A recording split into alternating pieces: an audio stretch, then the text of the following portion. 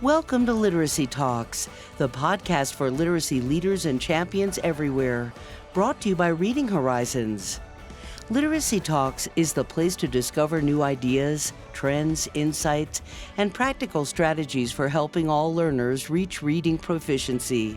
Our hosts are Stacy Hurst, a professor at Southern Utah University and Chief Academic Advisor for Reading Horizons; Donell Pons, a recognized expert and advocate in literacy, dyslexia, and special education; and Lindsay Kemeny, an elementary classroom teacher, author, and speaker.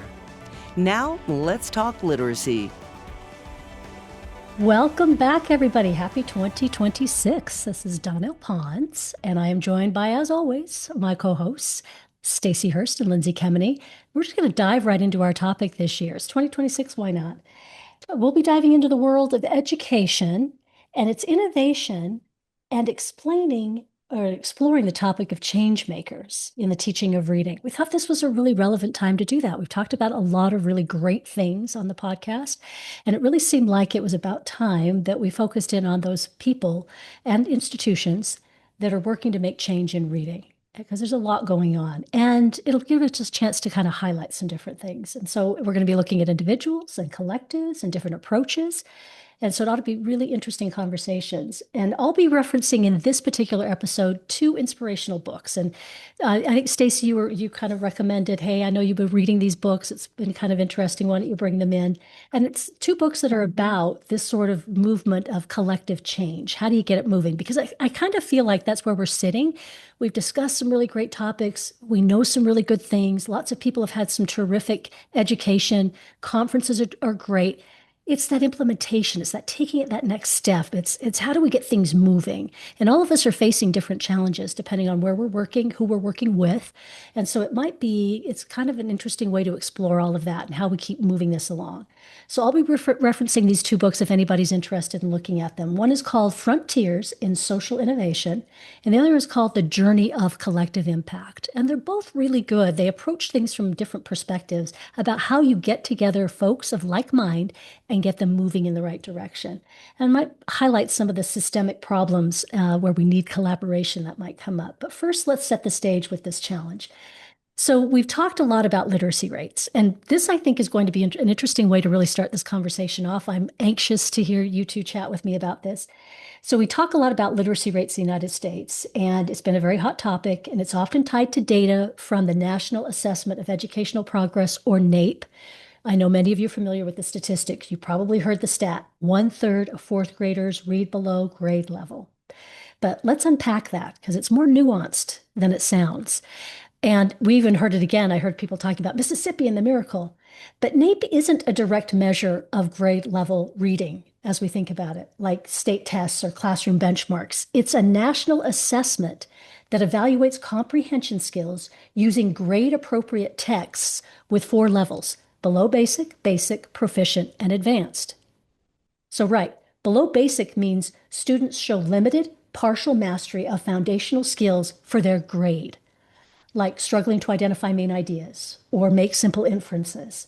In the 2024 NAEP, the most recent full reading assessment, about 40% of 4th graders scored below basic, up from previous years, especially post-pandemic, but still not so great. And that leaves around 60% at basic.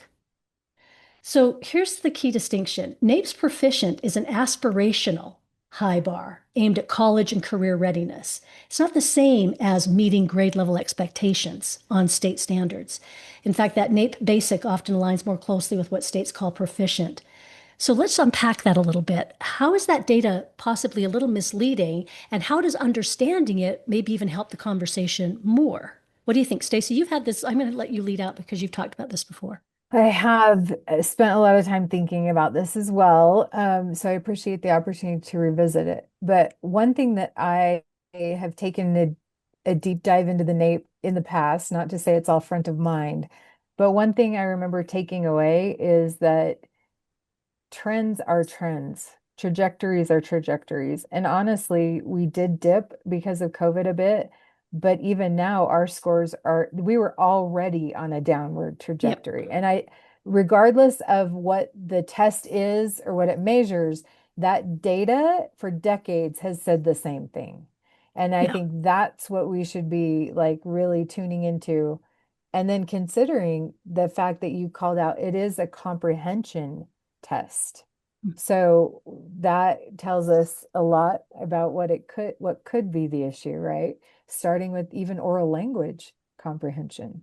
But that's not specifically measured on a test like the NAEP. Right. Lindsay, how about you? Any thoughts? Yeah, it's just interesting. Well, I was first thinking, gosh, I would love, like, I haven't ever seen the actual assessment. I would love to kind of look at it and see what that looks like and what the questions are like in the passages. But then to Stacy's point, I mean, it's been the same. So no matter what it looks like, it's not good that we're on a downward trajectory there.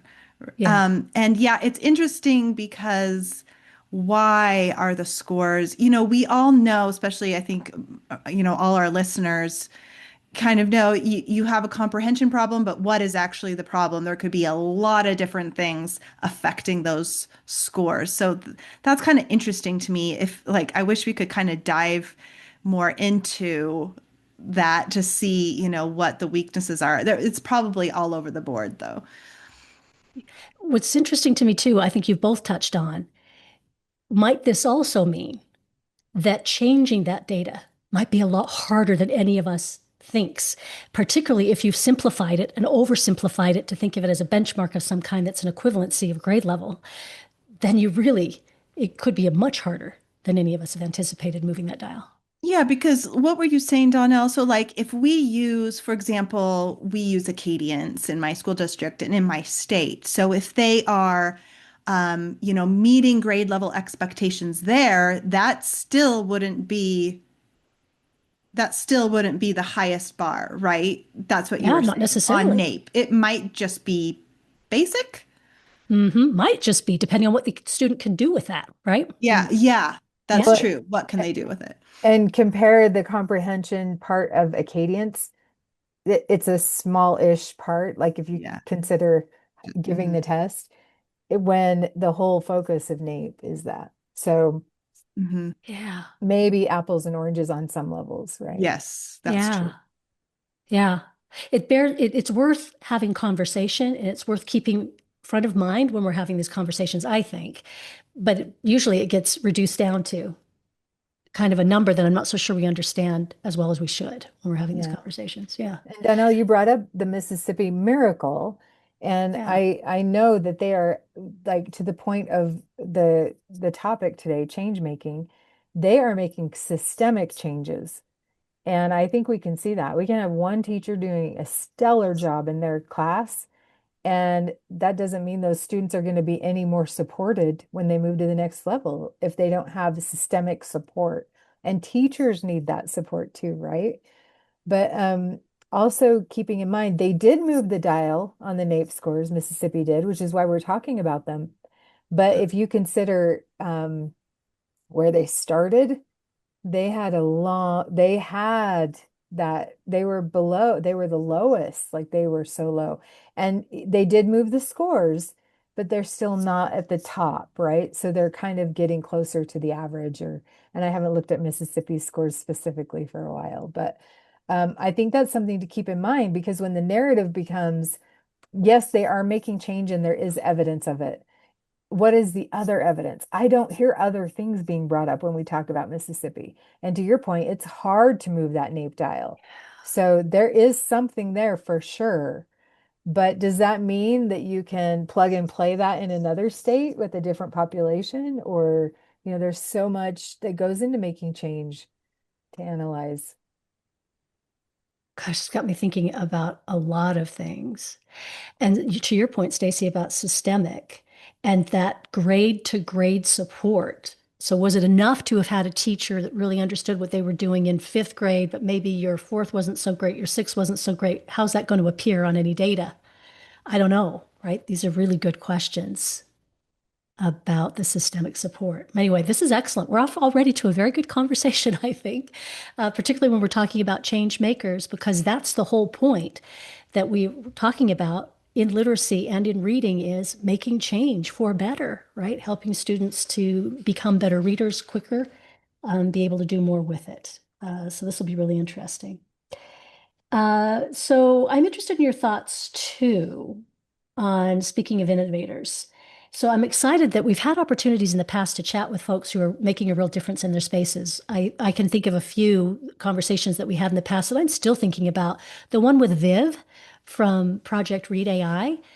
Gosh, that was a great conversation. I know from data and statistics that a lot of listeners tuned into that one. It really resonated with them. So that brings up the topic of AI or tech. What are your thoughts about that in this changemaker space? Because one of the things that comes out of both of the innovation books that I talked about, they talked about really making tech work for your organizations. And tech is huge in education right now. What role do you see 2026 coming with groups like, say, a Project Read AI, groups that are tech heavy and offering tech supports? What do you think? And Lindsay, maybe I'll let you start out there. What do you think about that tech? Oh, I don't know. This is a little I hard know. for me because I think I am a little more resistant to like AI and technology. And maybe that's because I'm in the lower grades. I can see it, and I loved having Viv on, and I love what he's doing. So not like I think, oh my gosh, that's so valuable, and we always need new techs. And it was like that's such a valuable tool to have AI writing text for you at the same time. Um, Especially maybe since I am an author, there's something to be said about humans writing things and the human aspect and the element of writing different stories and different things. And sometimes I joke with people where, as teachers, we really want to use AI in our classrooms and to make things easier. But sometimes I'm like, gosh, pretty soon, like thinking of upper grades, especially, AI is going to be grading papers that AI wrote, like, because the students are using it and then the teachers are using it. And I'm like, oh my gosh, where's that personal human touch to things? So sometimes I feel like I'm a little resistant or maybe more cautious. Uh, and I'm trying to, I guess, internally work it out in my mind how it can help. And now, as a lower grade teacher, I do not see AI replacing or technology replacing or being better than direct instruction from a teacher. And that might be really where that comes in a lot because I think no matter what, no matter how good your technology is, an informative teacher who's responsive to her or his students is the best thing for students. That being said, there are times, right, when you're working with small group and what are the other kids doing? And technology definitely could have a place there as long as it's not like a lot of times I think can be frustrating. I've heard of different programs and apps that teachers have used that are supposed to listen to a child and give them feedback or whatever. And it seems like there's still kinks to work out there. Like it doesn't pick up on what they're saying, or especially lower grades when there's articulation or other things. So I don't know. I'm just kind of rambling here, but those are some of my initial thoughts on it, Donna. Probably not the best one to talk about this topic because of my thoughts, my feelings. And what about you, Stacy? Oh, I'm like Lindsay. I have so many thoughts. In fact, I had a lot of thoughts when you asked the question, and then I had a lot of thoughts when Lindsay was talking about what she was saying too. And I do think that, like, back to the NAEP data, actually, we took a downward turn in 2011. And many people have made the point, what was happening with technology about then? That's about the time iPhones became ubiquitous. We had more access to tech. And I think that that is change. When we talk about change making, it can be for better or for worse, right? And something that happens so quickly as technology in the scheme of like our everyday lives, did we have time to think about it judiciously and how to use it? And I think, Lindsay, like you're saying, I'm all for it if we can do it in a way that will effectively make a teacher's job easier, but the teacher is still the sieve, the thing it runs through, right? And I was also laughing when you were saying like AI is going to be checking AI. Two things happen. I know because I think I've done that. I think I have done that as a college professor, used AI to check something that a student wrote using AI. And I will say at the beginning of this semester, I actually nixed one of my essay assignments because I thought, they're just going to use AI and I can't, I don't know how to gatekeep that in a way that they will get original thought and their own language, right?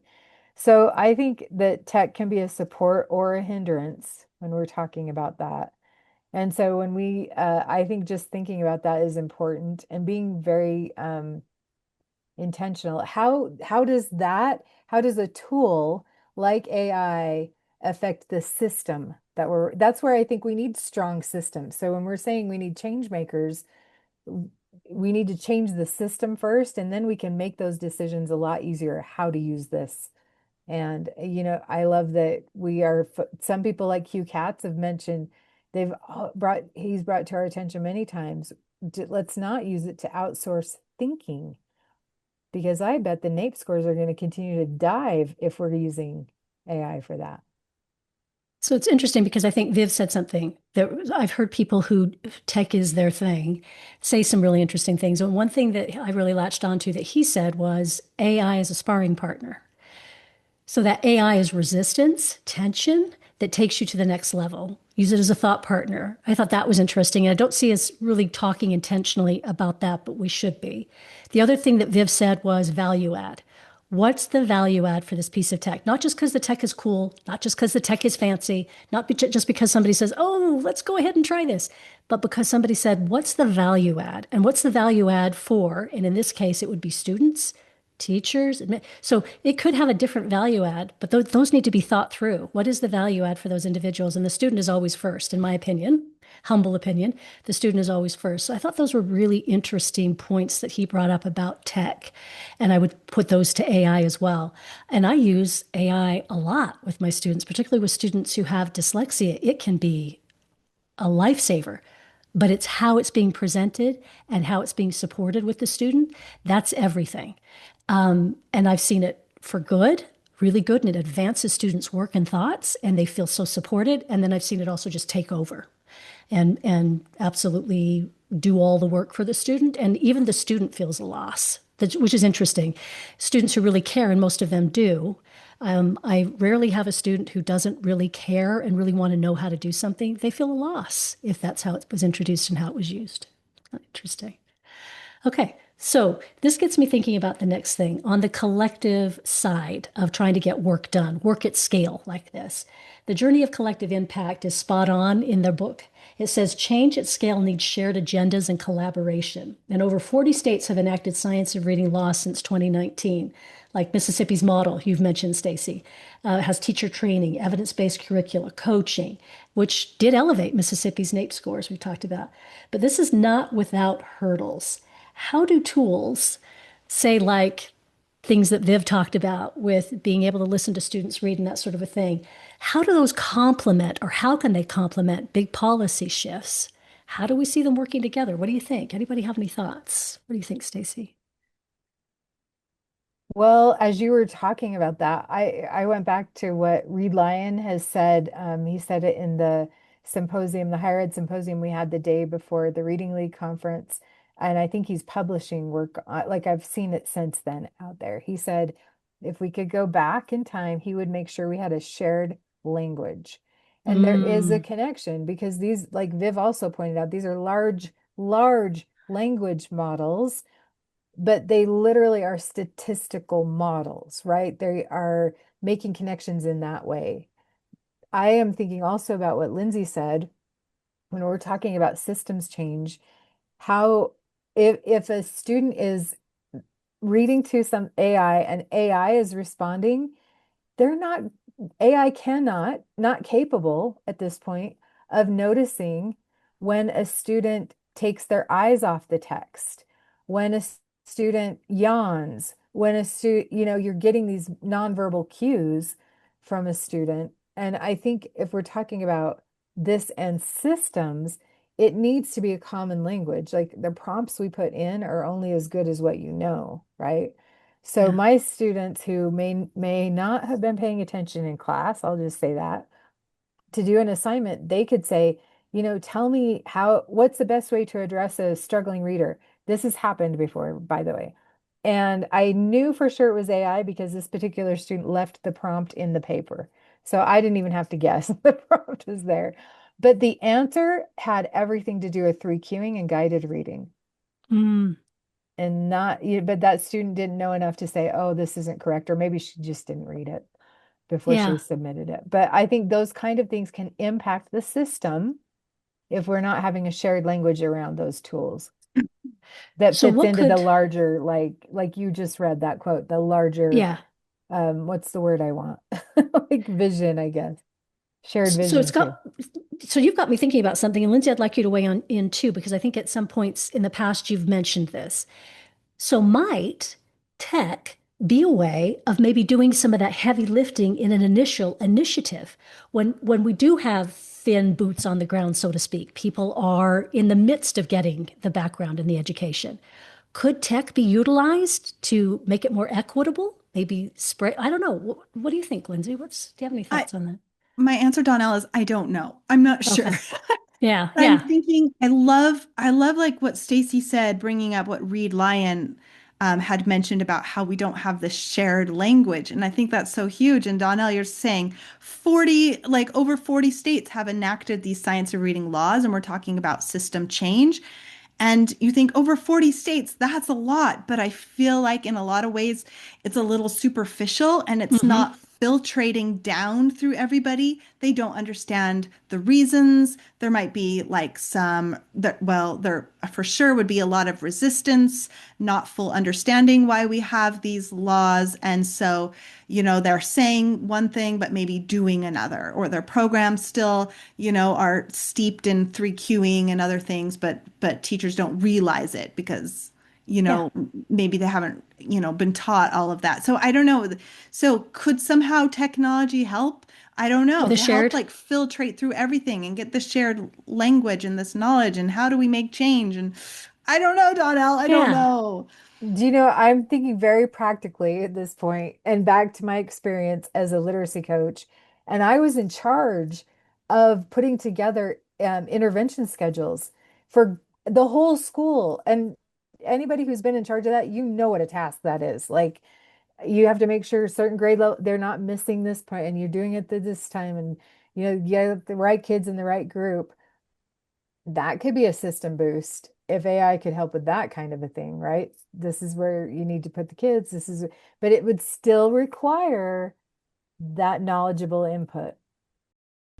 Teaching literacy shouldn't mean juggling multiple programs. Ascend Mastery by Reading Horizons brings it all together. A core comprehensive pre-K through 5 literacy curriculum that connects word recognition, language comprehension, oral language, and writing, built on decades of proven foundational expertise. Ascend Mastery simplifies instruction and helps every student build lasting literacy gains.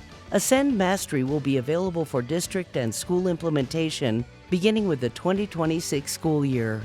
Visit readinghorizons.com/ascend to learn more and sign up for updates. Okay. If the listeners haven't grasped yet, we're touching on a lot of topics that we will be addressing, right? And having some folks have some very interesting conversations that are coming up. So I look forward to that because we are bringing up a lot of questions. We may not answer them, but they are interesting, and maybe other conversations will address some of what it is we're talking about. It's kind of interesting because I was thinking about how do we get folks in education from local education leaders like principals and teachers to institutions of higher education like professors of education, Stacy, that's you, we're talking directly to you and your group, to collaborate on a shared agenda for improving reading outcomes. So we've talked about the common language Reed Line was talking about, but then there's also a shared common objective.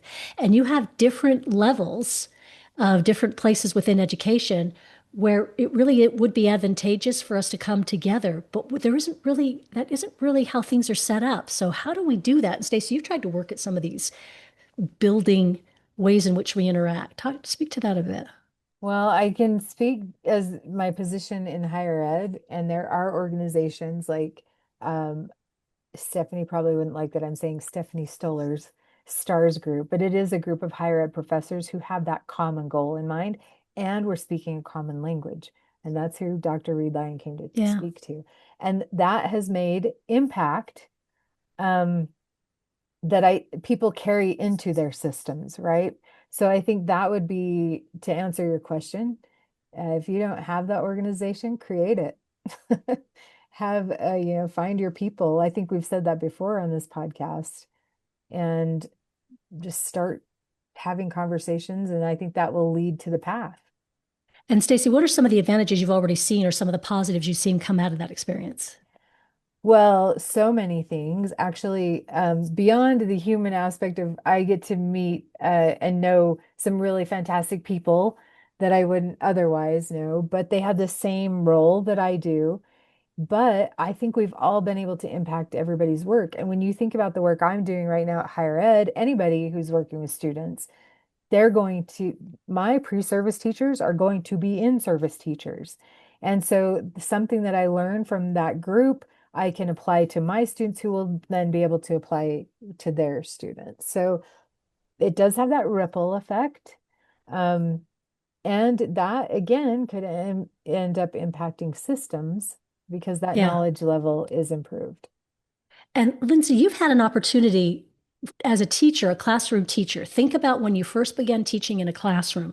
Did you ever think that you would have an opportunity to take what you're doing in the classroom and share it to so many different groups in the way that you have?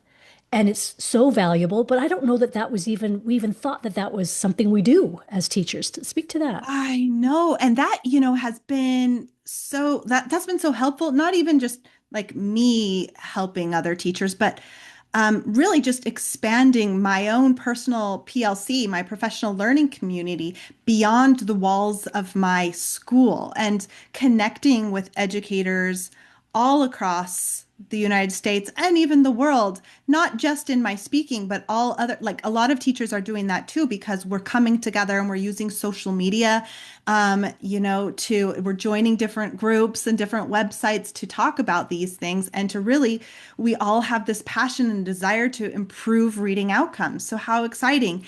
And then we have some amazing organizations that are doing a really good job trying to, build this shared knowledge and language. We have the Reading League. Like, what a great example of what we're talking about, where they're really trying to create change. And you have, the Center for Literacy and Learning with their Plain Talk conference in New Orleans that they do, where they're getting the word out I'm thinking of Big Sky. I'm forgetting the name of the Transformative Reading Group, another wonderful organization.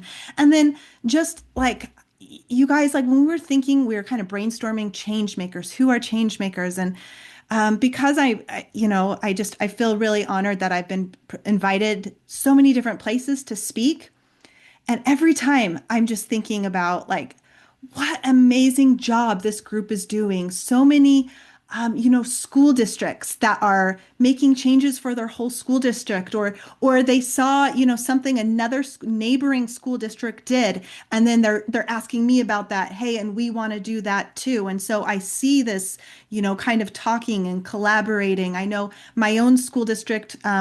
Wanted to, start something, and so they were talking with a group in Colorado who was doing this and having success with something. And how wonderful if we can do that more and more, where our different groups, our schools, our districts, our states are talking with each other, not competing, but a rising tide lifts all boats, and we're working together to help each other. And then, like, yeah, on the school level, the same, it goes at the school level. It's not like, oh, this teacher is the best or I want to be the best. It's how can we help everyone at our school be the best? Why? Because we care about kids. And that's like what this is all about.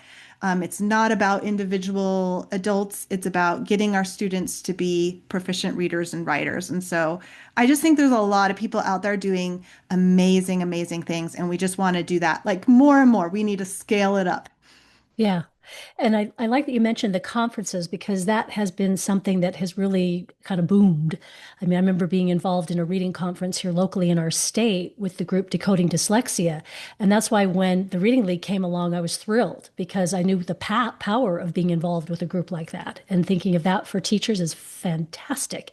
And then these conferences where you get to meet people you wouldn't otherwise get to meet. Another great thing. And I was just thinking on a very, very small level, a personal experience where I have a cousin who reaches out to me in a different state who has a child she's realizing has dyslexia.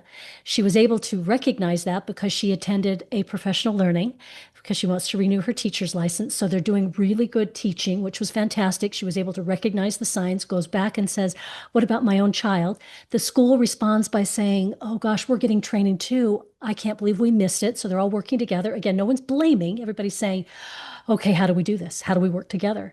And then I'm able to reach out to say, "Do you know there's someone really great in your state? Because I attend their great reading conference and it's Dr. Nell and it's the Big Sky Conference. So let's reach out to her." That wouldn't happen. And back in the day when I realized I think my little guy is struggling, this did not exist. There wasn't this network. It was a vast wasteland, and I'm trying to find just one soul that looks like they might be able to collaborate. So we do have some really bright lights in bringing all of these people together. And Stacy, I love the higher ed to the classroom. We're bringing this full circle in talking about those individuals who, at each level, are helping us to connect and collaborate. Gosh, I'm excited about the future. When was it Louisa Moat, Stacy, that said she didn't want to retire because she's getting too excited? Tell us what she said. Yeah, I she love it. said, how can I now? There's still so much work to do and lots of momentum, right? Yeah, Yeah. yeah, that's awesome. Fantastic. So, if change at scale requires excellent leadership and a lot of other things too, and that was referenced in the journey of collective impact. They were talking about excellent leadership across the board was one of the factors you needed to make a difference. How do we get those leaders and how do we nurture those leaders too? So, let's think about that for a minute on our leaders and leadership. And Lindsay, I'm going to ask you, what do you think? Well, I'm a huge advocate for leading from where you are. Mhm. There's a lot of, I guess my default is always the teacher level because I am a teacher. There's a lot of amazing, amazing teachers out there. And even more amazing is I feel like a lot of them are sharing more and more. And we just need more teachers willing to step up and be brave and share the things that are working in their classrooms. Uh, and not necessarily, like, I always think it's so sad when someone leaves the classroom. So, like, I wish we had some more systems in place for teacher leaders to, Yeah, earn to do more both. money and things, but to still be in the classroom because we need good teachers in the classroom. Uh, and of course we need our good, I'll let you guys maybe speak more to administration and we need other leaders too. But I do so appreciate those teachers who are willing to kind of take a risk because people online can be really mean sometimes, and Yeah, we all need to learn how to give grace to each other. But you know, they're going out of their way to show a video or to talk about something or share something they're doing. And even if you see something it's not perfect, right? It's always a learning opportunity. And so I just think that is huge and that's great that we all keep learning and growing. And then yes, we need leaders at all different levels, right? So maybe I'll let you guys talk about yeah. that. I love that. Stacy, got any thoughts? It was good. Yeah, actually, when you said what you did, Donnell, in my head, I'm thinking about my most immediate situation, which is teaching in higher ed. And my thought was, oh my gosh, I don't really do that. Like with my students, I don't focus on you will be a leader. Mm, You will be mm, a leader. And so in my brain, I even wrote down challenge accepted. I need to start thinking about that. And because you said, how do we develop those leaders? Well, it nurture 'em. starts here. I need to start nurturing it, saying you're not just going to be impacting, you know, all the lives within your classroom walls, which are the most important, but how do we lead out and make it a safe place? I am in, I started PLCs in one of my classes, and I really want to nurture it there, that it'll be safe, like you're saying, to share, because collectively, when we do that, we all grow and learn and do better. So, And it starts Yeah. with knowledge, right, Stacy? hmm Like, yeah, we want knowledgeable leaders. So even, what does what are the class course requirements for someone that's going back to school and getting their administration, getting a degree there? Um, we need yeah. we need like administrators who understand literacy. Yep. So you guys got me thinking about a couple of things. Yeah, that really resonated with me, Lindsay, when you were talking about ways in which we build into the system teachers can be leaders and still stay in their classrooms, but we need to support them. And that needs to be reflected not only in the way that they're paid, but also in the way that we give them the time to do that, to be involved in both. And we recognize they're important, both roles. And that elevating those teacher leaders, that's really important. Because I remember being really impacted by a teacher who came up to the legislature, because I go up every year to the legislature here in our state and keep an eye on reading legislation. And I remember a teacher came and showed up and she said, "You're here every year." She said to me, and I said, "I'll show up every year, and here's why," and gave her a little bit of the background of how I got in here. "I'll show up every year, and I'll show up for teachers because you can't be here." And she said, "Thank you for acknowledging the fact that we would be here and we would like to play a role. There just isn't, it's not built into how we do our day."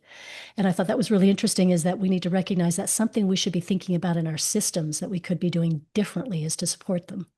It reminds me also of, that a lot of times teachers don't get the respect we deserve. And in fact, I just had someone reach out to me and she was explaining that she kind of her path was a little different because I believe she started like she was an administrator and she had done all these different roles and now she's teaching. And she's saying now it's like she feels like she has the least credibility and least respect now, even though she has all this knowledge, she feels like she is not heard and her opinions are not valued now Yeah, that she's in a teaching role. So that's a huge problem. that is a huge problem. Imagine setting up a system that already puts that in play for somebody to feel that way about the work that they do and to put them in that position. That's not good. Clearly not good. And we do have Okay. laws in place to excuse teachers for jury duty. Why don't we for legislative sessions? I had to take a personal day to go even to Educators on the Hill Day when I was in the classroom. So like Mhm. it, Good point. and you have to Yeah. prepare for a sub, which is never the funnest thing to do. But Right. yeah, we don't like systemically that could be very helpful. Teacher voices could be elevated that way too. Okay. So now I've got a question that may or may not, this will be interesting, may or may not be something where you stop and go, "Oh, wait a minute, I don't know." Or maybe there's something on the tip of your tongue. We discussed innovators and leaders in this space, but what are some other valuable roles change makers fill other than those two that we haven't discussed? So we talked about innovators and leaders, but what are some other valuable roles change makers fill? I'm going to say one while I'll let you two think. So isn't that nice of me as the host of this episode? I'm giving you think time. Mm. um, I thought of this the other day, that change makers for me in the work that I do and had the experience that I had as first a parent advocate, because that really was the first role that really thrust me into this space, is I feel it's one of my duties, obligations, things that I do, that the parent of the individuals that I tutor and work with, that parent who's going to be the biggest support system for that student, gets all the information they need. Those parents get that information they need in order to feel confident about what it is that we're dealing with reading, to be able to speak to it, to support their student, and to navigate different things they might want to do in that space, but they get a firm understanding. And they are change makers in that space, just educating those parents. And I had an opportunity to see that come back to me over Christmas. I get a text message from a student, and a student's having a conversation with someone at a Christmas party. And the student is saying, "I'm having this conversation with somebody. I know that their student probably has dyslexia, and I'm trying to be helpful. This is what I've said. Did I say this correct?" And I said, "Hey, wait a minute. Be confident. You've got so much experience. Yes, you were spot on. You were so right." I love to see that. That's a change maker. That's a change maker. What do you guys think? Can you think of any other? Well, I'm thinking about researchers, Hmm. the research they're doing that's going to help inform us. And then just as important, maybe like translators. Like some people are very gifted at explaining that research and disseminating the information to educators. And that's really important because a lot of times the research comes out and it's a long time until um, educators are aware of it, right? Or Yeah. and also just focusing on that, the application piece is another thing because I mean, we know one research study is one research study. A meta-analysis is going to be stronger, but then was that done in isolation? Was it done in classroom? We've talked before about how we want more of that practical research being done. So that's just Yeah. another piece of the change. Nice. Yeah. Stacy, how about you? Yeah, I was actually thinking that as well. And as part of that system, that there are barriers within the system from getting that research to the classroom. And oftentimes it is at the state or district or school level about having research actually done in classrooms, right? We need that. That could be a Yeah. powerful change. Yeah. Huge And I know change. teachers do at their own action research, which I think is just a mindset that you need to have, but that's me. Um, I also was thinking about, and Lindsay kind of alluded to this earlier too. I recently thought about what you all are saying comes down to awareness. Talk, talk to each other, help people be aware. I wasn't aware of some of the things until I started hearing from other people, and no matter who they are, that make an impact. But I was also thinking, Lindsay, you said it, lead from where you are. And I know sometimes we think, especially if we feel isolated or alone, that we want to be part of groups outside of where we are, which is good. We should do that. But then always say, how am I going to make the space I'm in better? And I think there are some powerful changes that come from that mindset, because in that case, people become connectors, right? Of people that are able to influence change in Yeah. maybe a more efficient way. But And you've made me think of something that I'm really excited about, and I hope to see more of in the future and hear about more of the change makers of curriculum companies, making them partners, the Reading League, putting it out there. Let's take a look at, here's a checklist. Let's collaborate. That would be fantastic. And hopefully leads to a new way of looking at curriculum, that this is not set in stone, but rather this is what we know today, and we're constantly looking to improve. Boy, that's a mindset, and curriculum would and be you know amazing. what? Back to Big Sky. We had two oral language curriculum Yeah, representatives, people like products, you could call them. There was no competition between them. They were all about what is best for development and students. And they even shared the stage at the same time. And sometimes I think curriculum providers get a little territorial. Marketing is like, we're the best, you should go with us. But in truth, we're all playing a role in helping to improve literacy. So that's a Yeah. fascinating thing to think about. One of them said, I can't remember if it was Doug Peterson or someone else, said, we're not here to compete with everyone. We're here to change the world, or something like that. I don't know. I We think talked it about it was in our Doug. big Yeah. sky. Yeah. Yeah. But Donnell, like you hit on a point I really didn't think to bring up. And yeah, like our programs, our curriculums, resources, that is huge. And that's a huge part of change. And kudos to the companies yeah, who are making changes in their programs and they're rewriting, and it takes time, right? They can't just like put out something in a matter of months because now we're like, oh yes, now parts of research are more clear to us or whatever.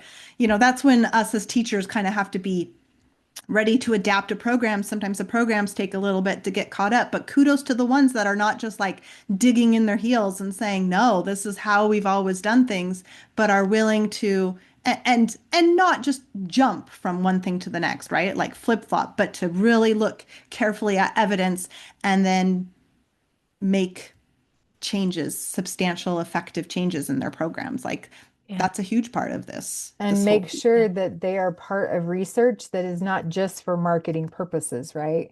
And I think that's one thing that I've been impressed with Reading Horizons. I know they're doing research to be able to impact the product and their impact, and not just to say, see we work, right? Like That's just one example, but I know there are other companies that do that too. So that's a good point. And let's not see them as a curriculum company as an other, right? They are such Yeah. an integral part of a day-to-day operation of any educational system. Yeah. Yeah. Okay, this has been fantastic conversation, you guys, and I'm looking so forward to some more conversations. So it kind of gives you a taste for all of the things we've yet to discuss in literacy and within change making in literacy. So I look forward to these conversations. It'd be fantastic. Thanks so much. Join us for the next episode of Literacy Talks. Thanks for joining us today. Literacy Talks comes to you from Reading Horizons, where literacy momentum begins. Visit readinghorizons.com/literacy talks to access episodes and resources to support your journey in the science of reading.